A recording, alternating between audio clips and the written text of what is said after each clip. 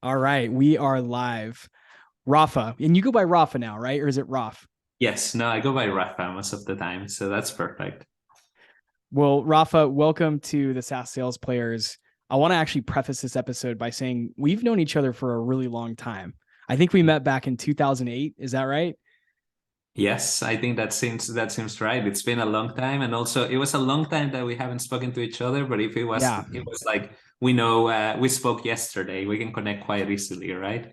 That's what's so funny is I've been reconnecting with some people that I've either worked with 5, 10 years ago, and it feels like nothing's changed. It feels Yeah. like we just spoke yesterday.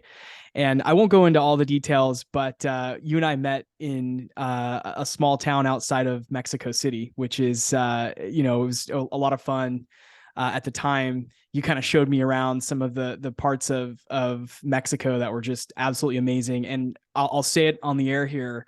To this day, the best taco that I've ever had, you introduced me to at Taquitos Yatepec. I've gone back a few years ago. I went back and ate those tacos, and it is literally the best taco on planet Earth, hands down. Come fight me Yeah, about it. and it's still open. That's the good news about it. It's still open. I'm glad to hear that because I wasn't sure, post pandemic if they were still serving up those tacos al pastor, but it is some of the best food in the world down there. And man, I need to get back down there sometime. Yeah, you should definitely, definitely. And then also, good time to visit Mexico in general. I think right now, good weather, and then also Mexico City, of course, always a fun place to be in. A lot of culture, a lot of fun. So always a good place to visit. Yeah. Just real quick tangent. Then we're gonna jump into your backstory, but back Yeah. kind of on the topic of Mexico. Over the last year, actually more than the last year, about the last 18 months, I've been working really closely with a bunch of brands down in Latin America, Mexico, Colombia, Peru, and Chile. And it's been really exciting to see the growth of not just B2B, but B2C brands also. There's a huge, movement in putting capital down in LATAM. Mhm. And some of the businesses are just super innovative. And if you haven't heard about companies like Rappi, and I could name off probably dozens of them, but there is just some people down there doing some really cool stuff, and it's really exciting to see the growth of technology down there, and some of the innovation that's taking place down there. That's honestly just incredibly impressive, and should be a model for some of the companies here in the United States. Should look to LATAM and see some of the things they're doing. And I know you Yeah. come from there. I know you're in Europe now, but yeah, just wanted to give a kind of plug to the startup scene out in LATAM. That's a very interesting point indeed. I think for B2B companies that serve B2C companies, LATAM is such an interesting market because finally you're seeing that transformation towards digitalization. You're seeing that transformation towards people being comfortable with using software for small business, mid-market business, and then of course the large corporations that have been present in Latin America for a long time and now are trying to reach or transform to digital processes. I think for B2B companies that sell that B2C software to their customers, it's just the time to get in right now. Yeah. So tell us a little bit about your origin story. How did you get started? And then I know you at some point transitioned into tech, but that was possibly after doing some other things. But just give us kind of the run of your career. Sure. So my background is mainly in financial services. I work for banking. I work in banking for about 10 years, almost 10 years. And that was during the time of the transformation of banking industry in the US, right? That was the time that you start seeing that digital transformation. At the same time, you start seeing online banking becoming quite popular in the US. That took a long time, I have to say, if you compare it to other markets like Europe. In the US, that transformation was a little bit slower, but I had the opportunity to live through it, see how it happened. And then during that time, I was working as a banker in San Francisco, which was the Yeah. epicenter at that point of the SaaS and the software world in general. And many of my clients actually were SaaS companies that now are big players and quite large companies. But at that time, this was just starting, and it was a very interesting time to be a banker there because many of my clients would invite me over to their offices. I would have an opportunity to see how different the culture was, right? I would arrive in my suit and my tie and have a very formal conversation and realize that they were working a very different way and they were building relationships in a very different way from us. So that was quite a cultural shock, you could call it that way. And then that sparked my interest, I would say, in that world. Later down the road, with the digital transformation of banking, I realized that fintech was a category, and I was very interested in it. And I landed my first job in Belgium, in Brussels, working for a fintech company as a customer success manager. And that was a very small startup.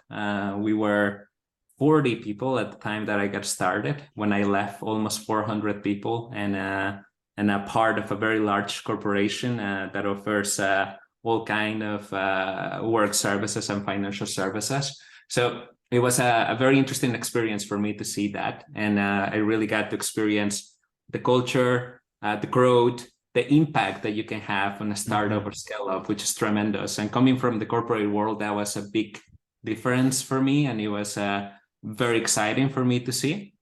Of course, after that, I had the opportunity to land my first job as an executive in customer success, work with two companies in the visitor management industry, and then also on the customer engagement segment.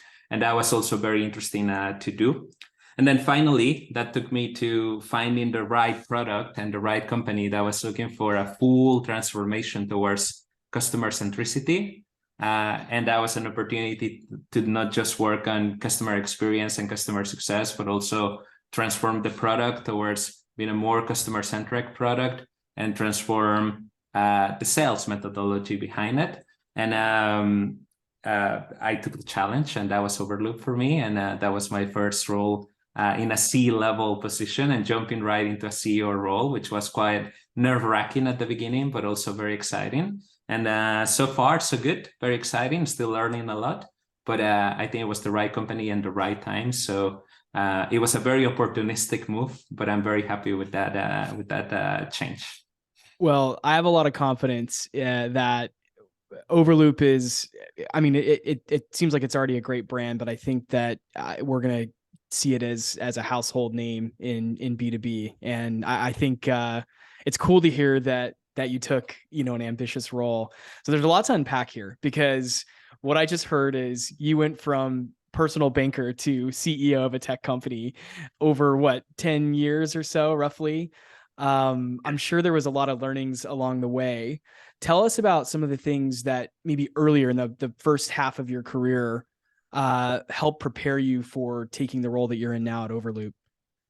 Yeah, I think that one of the similarities between banking and the SaaS industry is that it's all about building relationships, right? And that's both towards your customers, your prospects, but also internally. And I found that a lot of the skills that I learned with dealing with people in topics that are very, very personal, like money, really prepares you to be able to talk to people about the problems that they are finding in their organizations or in their daily work processes. And therefore, I was able to translate a lot of those skills over from my banking experience into the software industry.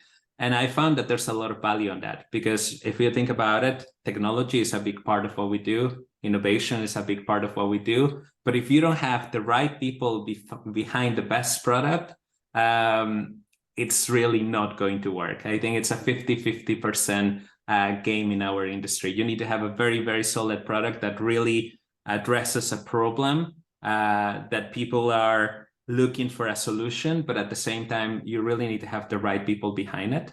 And I think a lot of the learnings that I was able to bring with me from banking helped me to understand how to build relationships and how to do that in a way that people feel confident about talking to me about their problems and talking to them about solutions, which of course are the different products that myself and your audience are selling and talking about every day.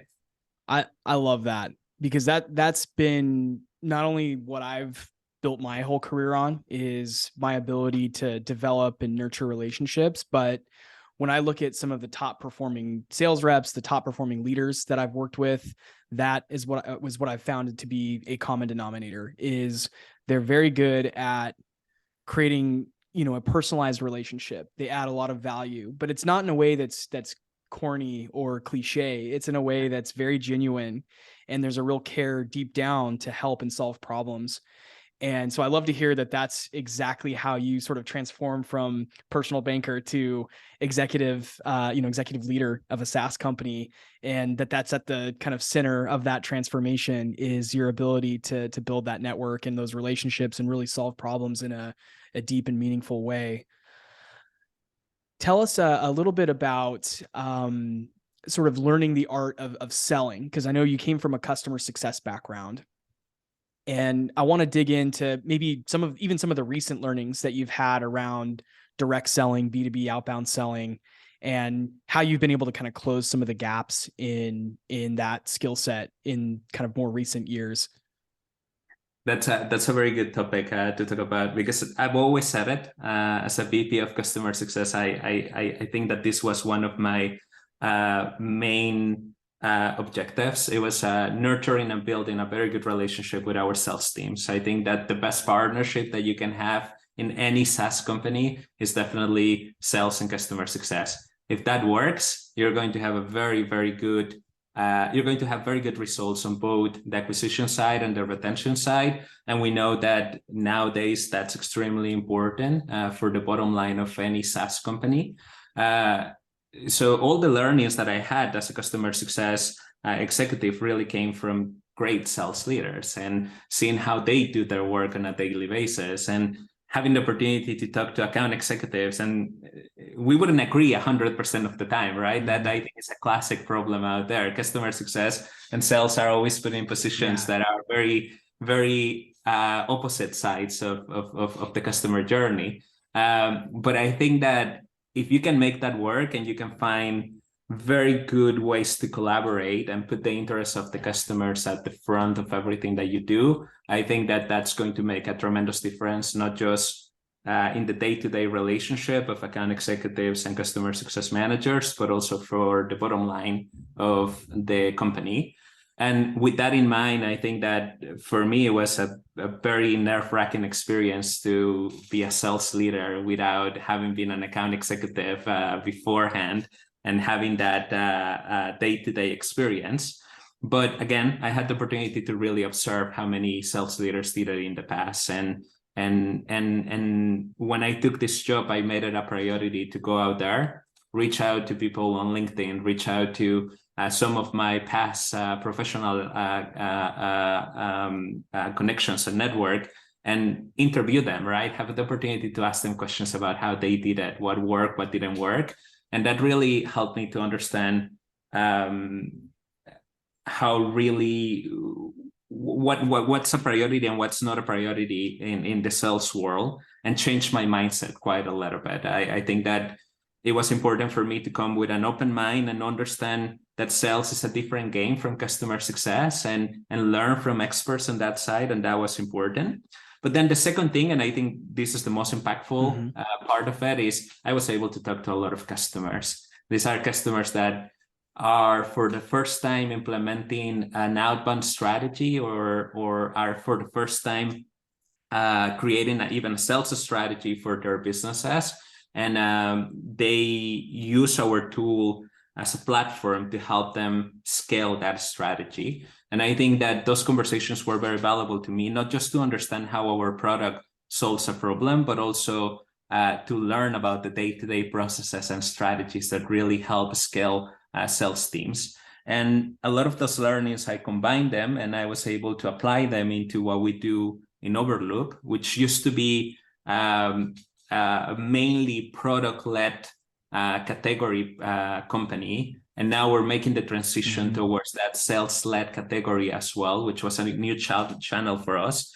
And I think that helped me avoid a lot of mistakes in the road, learning from the experts, learning from our customers.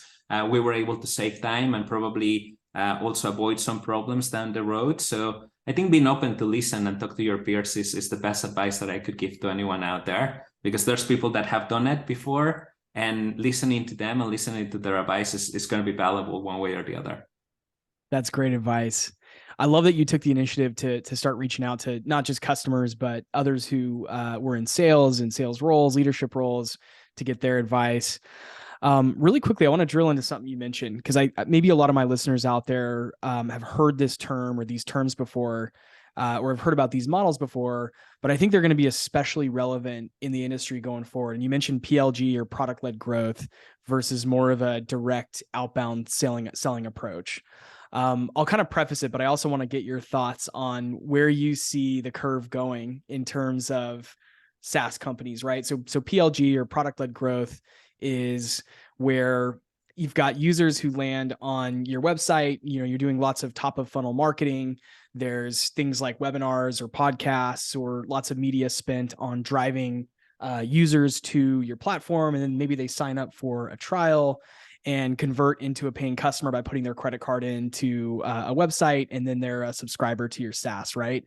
Versus the sort of direct outbound model, which is where you build a product that's likely going to be more geared towards larger enterprise companies, or even, mid-market companies.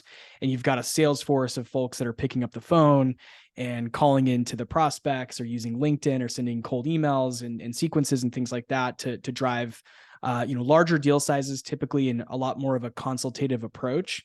I think I gave it a pretty good preface, but what I want to know from you is, having just made that transition, one, is there still going to be some elements of Overloop's business that are product led as far as the growth, or are you going to go pretty heavy into kind of the direct selling?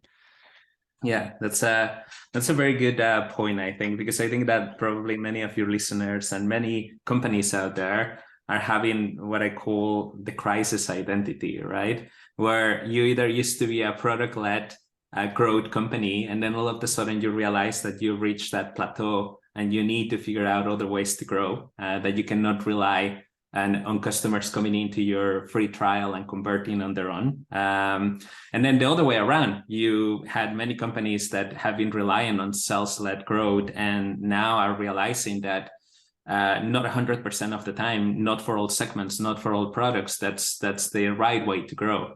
And what that has resulted is in many companies diverting resources from one to the other, either growing their product teams or growing their sales teams. And I think that, in my perception, what's key here is really finding the right balance. So I really believe that you need to segment your prospects as much as you segment your customers. And if your product is really tailored towards the ideal customer profile of an enterprise or a higher mid-market customer, you definitely need to realize that these customers are going to expect that white glove service that comes with having someone to guide them through that process, and having someone that is going to give them enough trust to be able to make a big decision of transform the organization or switch from a current platform or a current tool to yours. And then on the other side, you're going to have those customers that probably are looking to just experience and to see a tool like this for the first time, and are looking for resources, both virtual and in person, to be able to learn where to start and what to do and what kind of value you're going to be able to add to them. So in my opinion, product-led and sales-led are not contradictory. I think that you can find the right balance. I think it really depends on what segment of your customer base you're looking to address. And you need to take that into consideration, because also at the end of the day, that's going to have an impact on your customer acquisition costs, and realizing that there are certain customers that are going to have a level of value where sales cycles are going to be longer, and you have to deal with that, and making that a sales-led approach is perfectly okay. And then on the other side of the coin, you're going to have those customers probably on lower value deals where your product is easy to understand, easy to implement, and then therefore you can rely on your product to convert them. But overall, I believe on customer-led growth, and that's the CLG part of it, which I think is very important. And I think we're realizing that as an industry nowadays, that we really need to ensure that either via the product, via sales, or a combination of both, you're able to nurture your customers in the early stages of the journey, specifically, I think, on the conversion and onboarding of the customer, to really be able to build a great foundation so they stay with you, they grow with you, and they don't churn within 1 month or within 1 year of the first subscription term. So I think that's extremely important. And I think that both product and sales play an important role in customer-led growth. Is that a term you just came up with, or is that, because I've never heard that before? I've never heard of CLG before, but I love it. I know, the concept's very easy to understand, but I've never heard it coined that way. Is that I yours, think or? no, definitely no. I think that's a message that all of us customer success people have been driving that message for a long time. That customer growth is important, but I think that nowadays you see a lot of people out there that are really talking about it because they realize that the bottom line of the business is not just on acquiring new customers and bringing in new customers, but it's on the value of the customers that you're bringing in, the value that you're providing, and how long they're going to stay with you. So I think that's the new part of the equation that I think we're realizing it's important and that we are really paying attention to nowadays. You see many influencers and many people out there talking about it. So not mine, definitely. Oh man, I was going to say we need to trademark that. So I'll talk a little bit about a transformation that I had a few years ago, which I was, for the front half of my career, just focused on the acquisition of new business, just close them and hand them off to someone like yourself, who's on the customer success side, right? And a few years ago, I took a role that was a hybrid of, net new business growth, but also expanding existing customer accounts. And that was a great experience for me because I had not ever been on the side of, okay, now that they're a customer, how do we get a lot more, in the weeds into their business and help them understand how they can grow with our product? How do we help them expand? And by the way, for the sellers out there, it's very lucrative to do that because if you can get in and you've already got someone on your platform initially, they're already paying you. It's in some ways easier to get them to continue to pay for your services and your SaaS, but it's also a great opportunity. You're going to have their attention, and if you can come in and really solve some of their most painful problems, you're going to be able to really grow that relationship, not just from a revenue standpoint, but just from a career standpoint. You make very good friends with those buyers, those customers, and that opens up a lot of doors. Because once you've gone in and you realize you can sell a new deal or a new logo, and then you can take that new logo and you can work with them to uncover where their biggest challenges are as a company and work on ways that you can solve and be, kind of embedded into their business. It's such a powerful thing.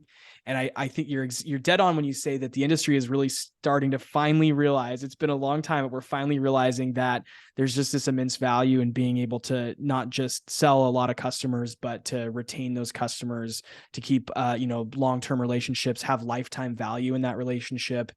And it makes for a smoother and more predictable business. It makes life easier from everybody, from the CEO down to, your sales reps and your customer success reps. So I think that the customer-led growth is definitely the model of the future. And I'm really glad to hear your insights on that. Yeah. And then in addition to that, what's in it for the sales team member, really doing this is also a great pipeline building strategy, because those referrals are going to come in from those customers. And also those reviews are going to come in from those customers, which is also important. If you look at the way that people buy software products today, they go in and look at the reviews. It's not just relying on the advice of the sales team member anymore, but they really do their homework. And I think it's a very good investment for you as a sales team member to ensure that they have a positive experience, not just during the buying process, but also post-sales.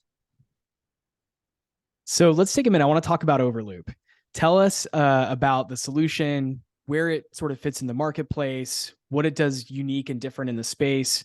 I want my listeners to learn all about the tool. And I'll make an assumption here. I don't know if this is true or not, but I don't know if a lot of the US listeners right now have heard of Overloop. And I know you guys recently rebranded too. So maybe give us like a little bit of overview of the company, some history, and then speak to us a little bit about the tool itself and where it fits into the sales tech space. Sure. The company has been around now for almost 7 years. Indeed, we went through our rebranding a couple of years ago, which was very, very important, not just for the name of the product, but also changing the objectives and the problem that we wanted to solve. Previously, it was named Prospect.io. It was a combination of both a CRM for those companies that wanted to get started with a very basic CRM, and at the same time needed to have an outreach tool that would allow them to reach out to new prospects. Overloop is very different. Overloop is really a platform, and it's all about sales engagement. We have really focused in the last 2 years on building features that meet the needs of the modern account executive and the modern sales development representative out there. And I think that we have invested a lot on building a platform that, one, is multi-channel, that allows you to reach out to where your customers are at. We believe that email is still very relevant, right? We know that email is a very, very important part of outbound efforts out there. But at the same time, we realize that there's so many tools at our disposal today to be able to reach out to prospects that we should maximize on those. And that could be something as going back a little bit old school and do calling, which is still just as important as email, or using modern tools and social media like LinkedIn to be able to find the right prospect and engage them. So we really see Overloop really filling that gap as the sales engagement platform out there that allows the account executive to come in, log in the morning and do all of their prospecting activities in one place, rather than you having to switch to 20 different windows and then having to update the CRM, which none of us finds as the best part of our job, right? Do everything in Overloop, do your full prospecting, build lists, and at the same time as you are completing those activities, be able to sync those activities with your CRM, and of course logging those in there for the benefit of your customer as well, but also to ensure that your performance has been tracked and that you can measure the impact that those activities are having. And then I think that one of the biggest differentiators that we've been investing on Overloop and building for the last few months since I came over and joined the company is really being able to help those companies or those account executives that are doing outbound for the first time. I think that that's our main driver right now, which is we understand a lot of people had to switch from an inbound approach or an inbound only approach to now having to do a little bit of outreach. And we want to help them to understand how to build their first campaign. So therefore, a lot of what we offer is based on a very simple UI that would allow you to build a multi-channel campaign and allow you to identify your right audience in a very easy way, where you can start your first campaign within 15 minutes. And then as you stay with us and you continue to use our product and you continue to log in every day, where you can also reply to your prospects and engage them in a meaningful conversation. And on top of that, I think our value added is here that we offer advice throughout your journey. So we offer you with the best tips out there and what's really trending and what's going to get you on top of that inbox, or what's going to get you to stand out on that LinkedIn inbox. And I think that that's a big differentiator for us. And that's, I think, our philosophy. We want to be more than a tool, and we want to be a platform where sales team members come in, share best practices, learn from others, and at the same time can easily and with minimum effort implement their outbound strategy to run on itself, and just focus on building those relationships as we discussed at the beginning of the podcast today. So I got a lot of questions. So first I want to start with you said the advice and kind of the trends. Are those built into Overloop's interface, or do those come through another channel? As a seller, how do I get, suggestions or recommendations on how to reach out to a prospect or what to say? Both of them. Our campaign, our workflow builder has been built in a way where you're going to have a sidebar and receive advice on what's the step that should follow in that sequence, right? So we have built a product that really helps you to understand what are some of the activities that are going to be most effective on engaging your audience. And we recommend those. And then the second part, as I mentioned earlier today, we really want to put the right people behind it. So we have recruited a lot of talent that are outbound experts, and we brought them in as our sales team members and our customer success team members. And one of the biggest differences between us and our competition is that we have a very solid onboarding that is based on the product, making it simple to understand, giving you a product knowledge base where you can really go in and find answers to many of your questions, a very quick support that allows you to get a reply within 5 minutes. But at the same time, we complemented that with our customer success team, which from the time that you become a customer to the time that you're all set up and running your first campaigns is going to help you with templates, and it's going to help you with advice, and it's going to help you with the content of your campaigns. And I think that that's key for someone that is just starting and that is looking to build an effective way to engage new prospects. So it's a combination of both the product and people. That's so cool. So can you write and build sequences or automations within the platform? So if I wanted to set up a campaign that cold emails maybe a list of my prospects that I met at a trade show, I could do that with Overloop? Absolutely. So you can use any kind of list that you may have already. You can upload that as a contact list into Overloop. You can also use any kind of web service or database that you're currently using to prospect your customers.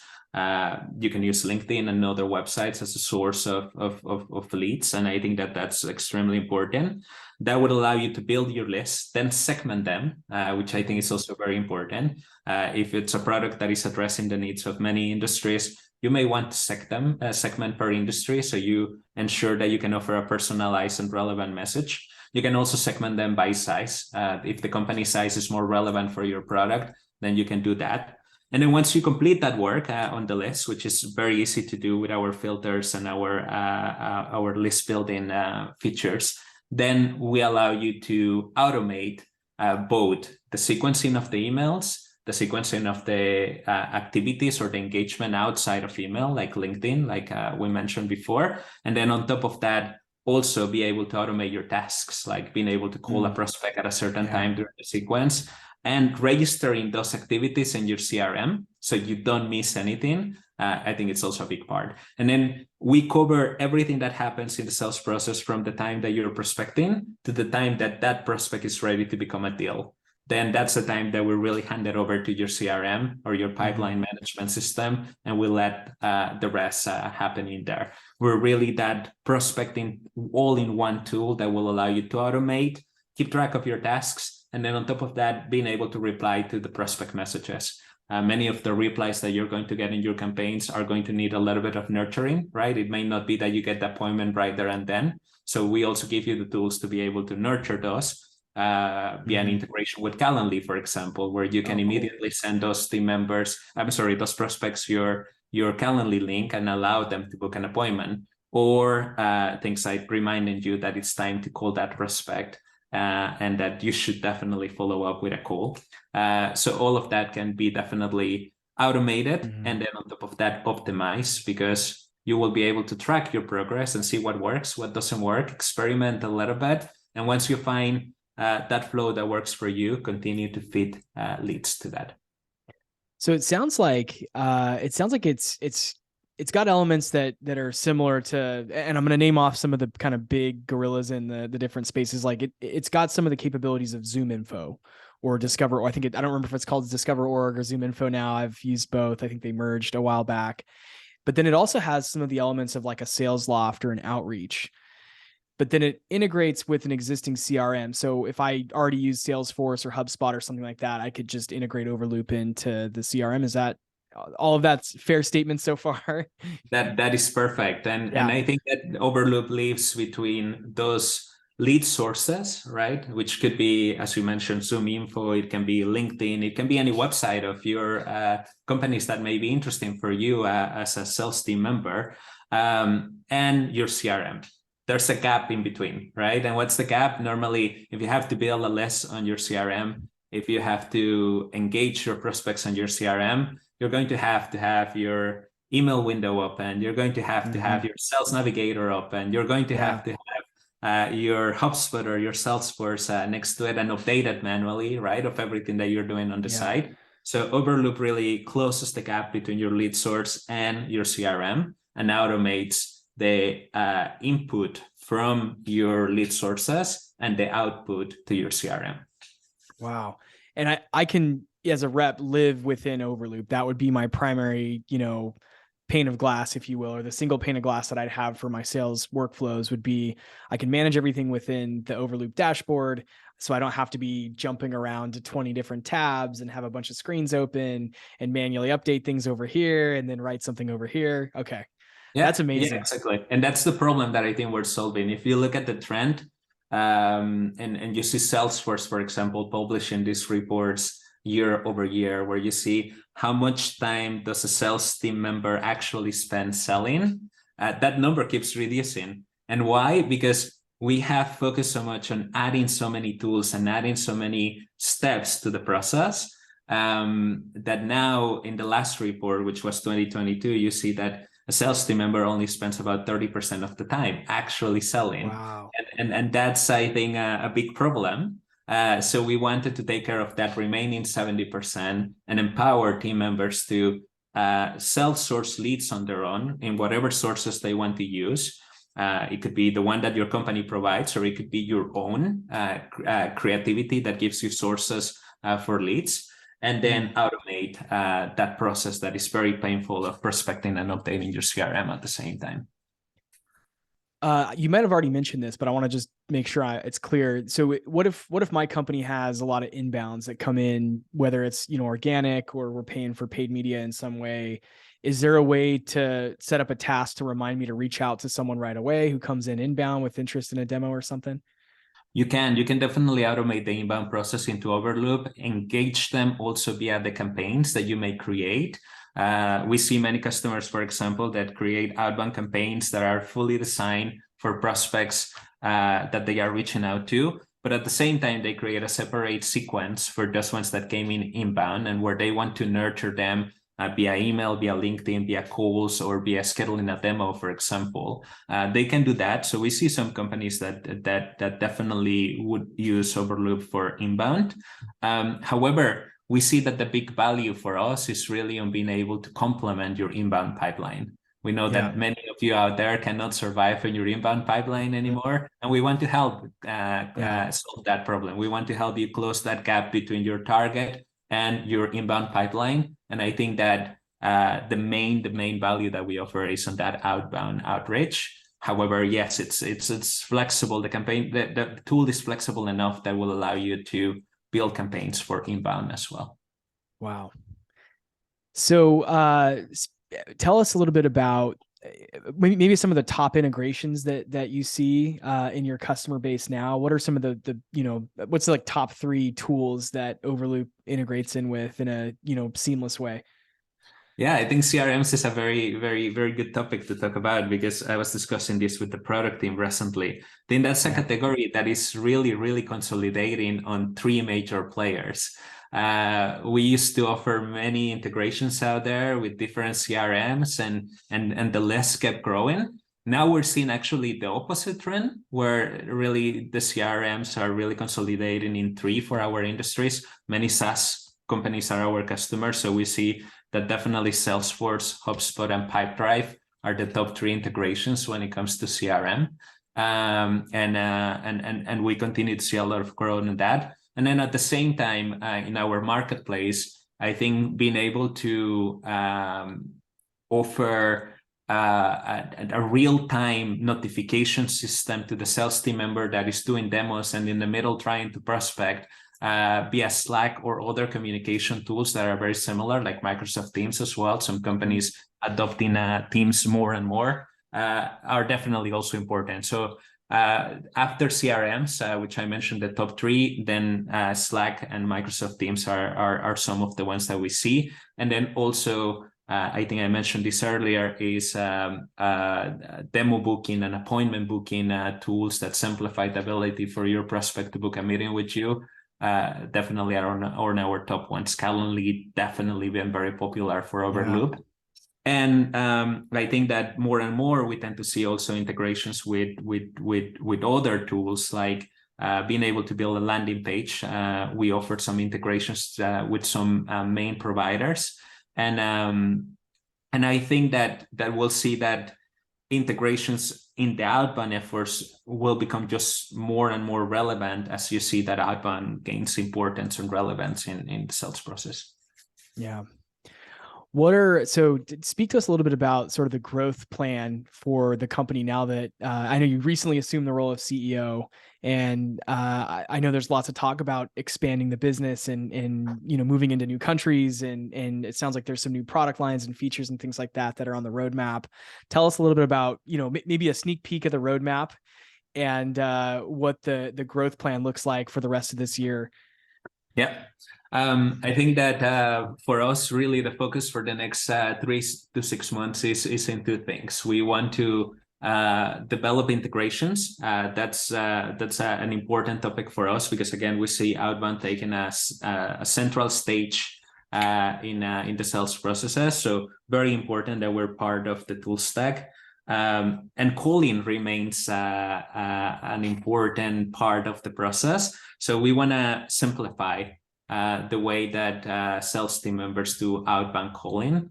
I cannot give a lot of details out there because definitely this is going to be a competitive advantage for us. But Cool. you can expect that we will be simplifying the way that you do outbound calling today and making it easier for you to focus on the content of your calls rather on making the call. Wow. And then on top of that, we want to make sure that we give you accurate data.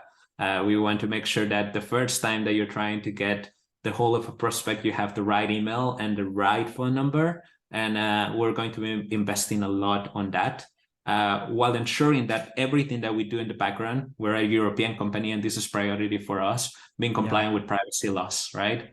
So being compliant with GDPR here in Europe, and more state laws that are being implemented in the US, I think are important. So keeping privacy at the center of privacy laws and compliance at the center of everything that we do is important. So a lot of our roadmap will be towards accuracy and privacy and calling. And then when it comes to our strategy for growth, we're focusing a lot specifically into markets, the US. Is very important. More than 60% of our customers currently are based in the US. We want to continue to develop the market there. Europe is a very important market for us, especially because we're local players, and for us, that's an advantage here. The UK continues to be a very important market for us. But LATAM is indeed in our expansion plans there. We see more and more lead generation agencies coming out there. And agencies as a partner for us is a very important part of our growth. And I think for many products too, finding those service providers out there that can benefit from your tool and then can pass on that benefit to their customers is a great way to work. So we started our partner program not too long ago, mainly focused on lead generations and digital marketing agencies out there.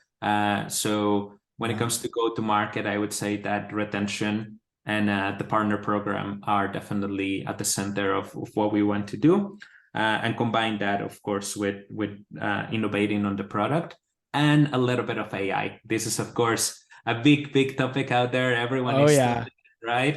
We don't want to fall behind the trend, but we also just don't want to offer an integration with one of the players out there, and that's it. We want to go above and beyond and really innovate on that and make sure that it's the right thing for our customers. So we're taking a little bit of time to really think about how AI can benefit our customers and implement that in our product. So one of the reasons that I got back in touch with you, and that I'm really glad that we're doing this episode and we're having some back and forth dialogue, is I think your approach to growth is indicative of where the industry is heading.